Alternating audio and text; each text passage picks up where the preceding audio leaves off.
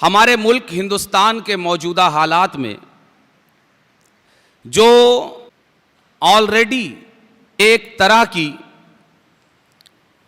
आग लगी हुई है बेसुकूनी और बेइत्मीनानी की, कि इस मुल्क का रहने वाला हर इंसान मौजूदा हालात में सुकून की तलाश में है, सुकून चाहता है, कारोबार चाहता है, अपनी जिंदगी में अमनो अमान चाहता है। मगर हाल ये है कि इस मुल्क में लगी हुई आग को मजीद भड़काने के लिए कुछ शरपसंद अनासिर वक्तन फवक्तन अपनी ज़बान के ज़रिए और अपनी बातों के ज़रिए, अपनी बकवास और अपनी हफ़वात के ज़रिए उस आग में मज़ीद तेल छिड़कने और इस अज़ीम मुल्क हिंदुस्तान के वासियों के दरमियान और उनके दिलों के दरमियान दूरियां पैदा करने की कोशिश करते रहते हैं। हालिया दिनों में भी आपको पता होगा कि इसी तरह की एक कोशिश की गई कि जिसके ज़रिए मुल्क में अफरा तफरी और इंतशार का माहौल पैदा हो, मुल्क के अमन को सेंध लगाई जाए और मुल्क के अमनो अमान में खलल पैदा किया जाए।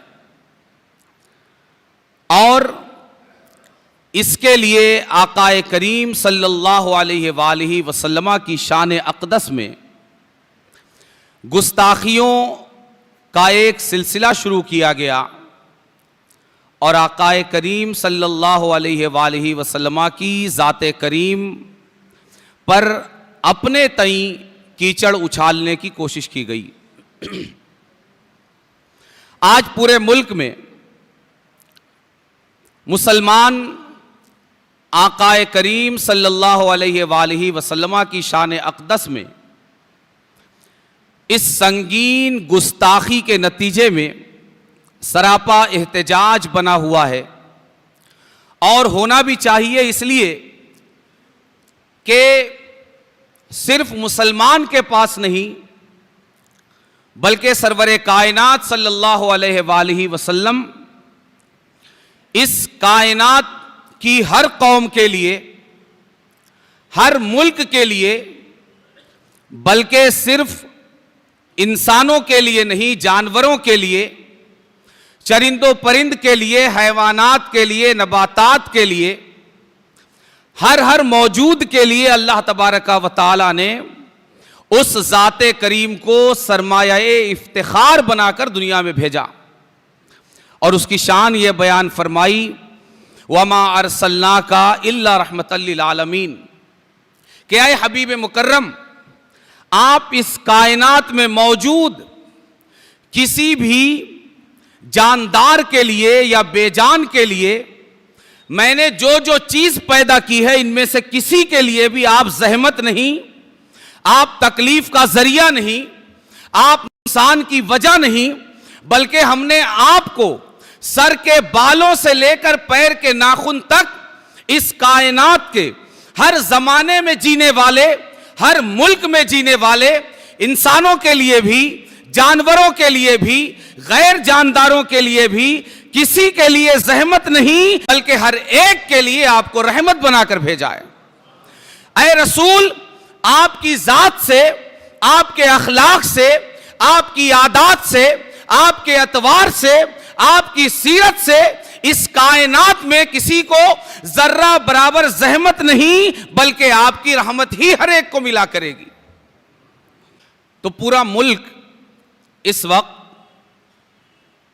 सारे मुसलमान ये एहतजाज की तस्वीर बने हुए हैं और हर एक अपने तौर पर अपना एहतजाज ये हुकूमत हिंद के दफ्तर में दर्ज कराना चाहता है और कराना चाहिए भी, और बैक आवाज होकर हर कलमा गो हिंदुस्तानी को ये एहतजाज हुकूमत के सामने पूरी जुर्अत, पूरी जसारत और पूरी हिम्मत के साथ दर्ज कराने की जरूरत है कि इस मुल्क का मुसलमान और पूरी दुनिया का मुसलमान सब कुछ बर्दाश्त कर सकता है, मगर वो जात जो सारी कायनात के लिए रहमत बनाकर भेजी गई, उसकी तरफ एक उंगली का गलत इशारा भी किया जाए, मुसलमान उसे बर्दाश्त नहीं कर सकता।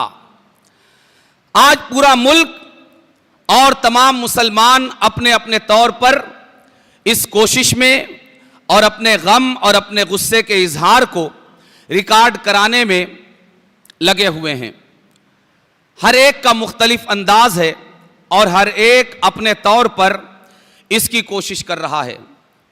कोई अपना लेटर हेड देकर, कोई रैली निकालकर और कोई किसी तरह आवाज बुलंद करके। मगर दोस्तों, इस हवाले से इन तमाम कामों के साथ रैलियां निकाली जाएं और कानून के दायरे में रहते हुए अपनी आवाज जिस तरह बुलंद की जा सकती है और अपना एहतजाज, अपना गम और अपना गुस्सा कानून के दायरे में रहते हुए जिस तरह भी हिंदुस्तानी हुकूमत तक पहुंचाता है उसे, मगर इन तमाम चीजों के साथ एक अहम पहलू है जिसे हम भूले हुए हैं, और वो इन तमाम रास्तों में सबसे पहला, सबसे अहम, सबसे ज्यादा जरूरी वो काम है जिसे किया जाए। लेकिन वो जितना ज्यादा जरूरी, जितना ज्यादा अहम और जितनी ज्यादा उसकी अव्वलियत होनी चाहिए, उसी के मुताबिक उसकी तरफ हमारी तवज्जो कम है।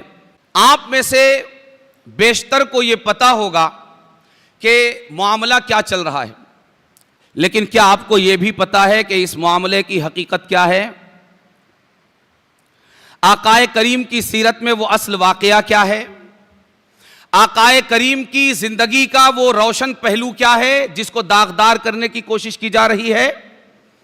उसके हवाले से आकाए करीम की सीरत क्या कहती है, कुरान क्या कहता है, आकाए करीम की सुन्नतें क्या कहती हैं, इसके हवाले से भी हमें तवज्जो देने की जरूरत है। तो हर गुस्ताखे रसूल के लिए,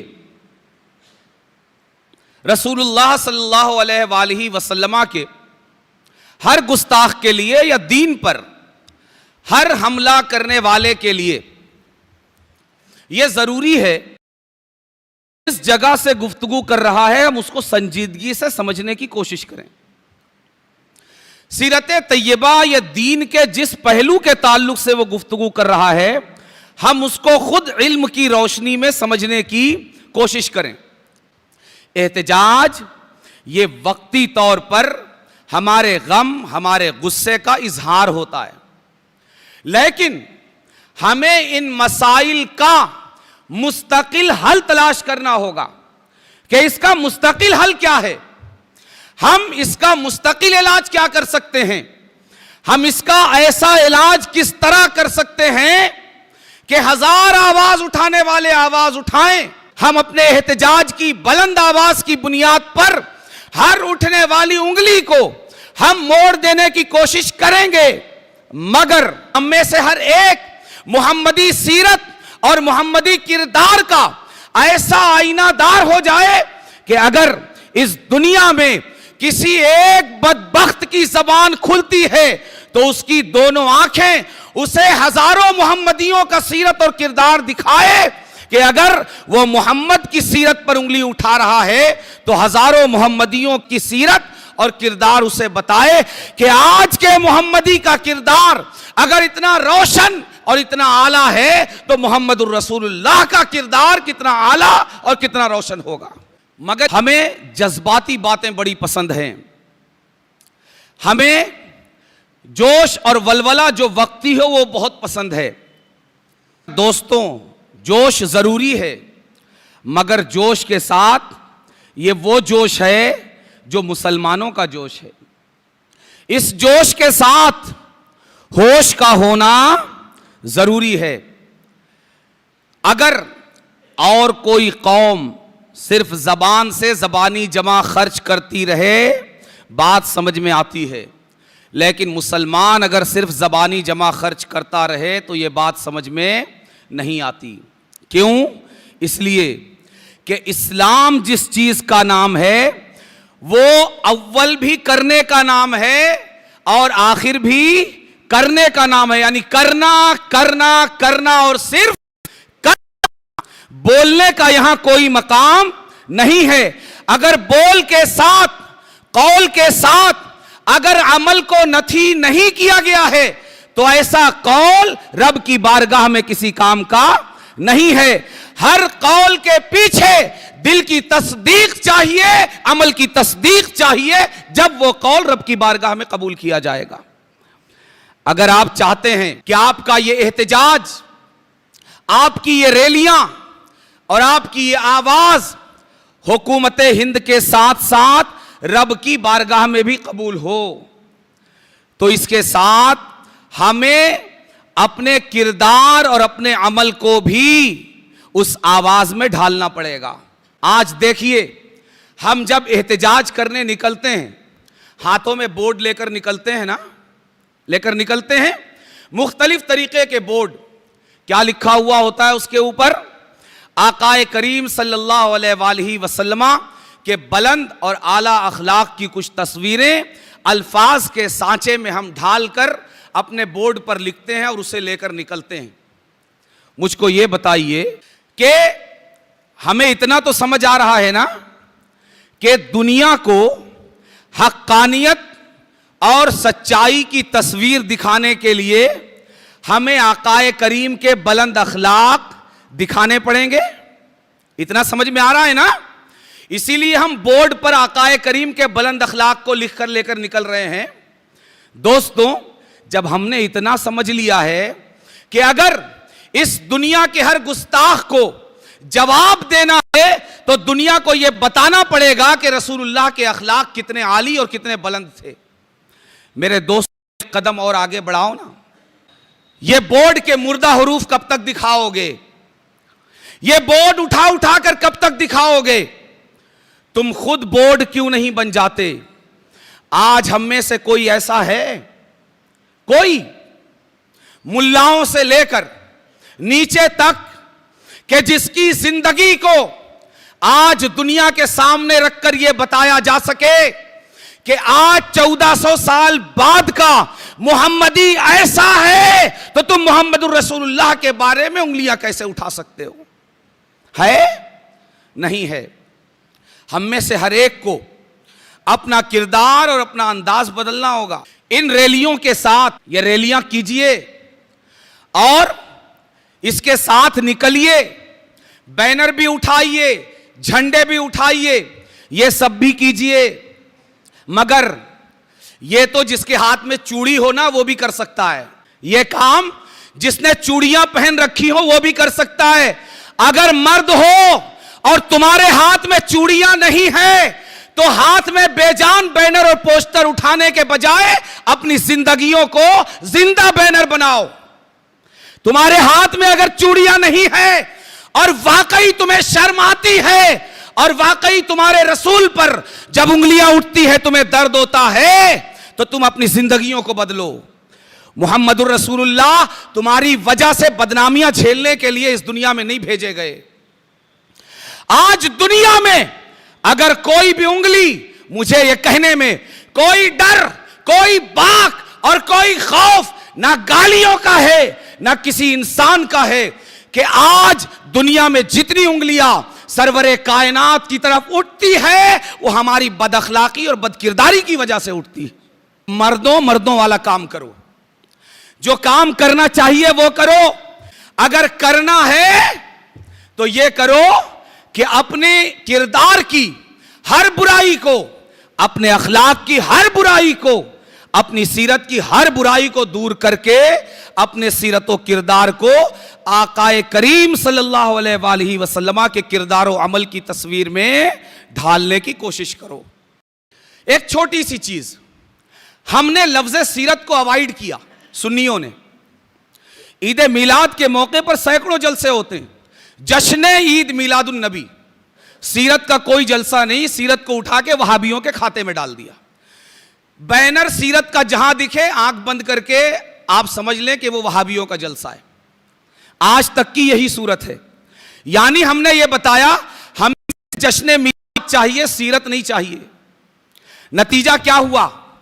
आज हम मुसलमान तो हैं, मगर हमारे इस्लाम में आकाए करीम की जिंदगी का कोई रंग मौजूद नहीं है। हमारा जश्न भी सीरत का आईनादार नहीं है। हमारा जश्न कैसा है पता है? 12 रबीउल अव्वल के दिन यह मुसलमान नौजवान सुबह उठेगा मगर फज्र की नमाज नहीं पढ़ेगा,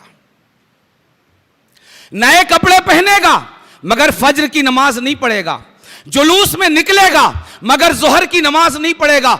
यह जश्न तो हो सकता है, यह जुलूस भी हो सकता है, मगर ना जश्न इस्लामी हो सकता है ना जुलूस मोहम्मदी हो सकता है।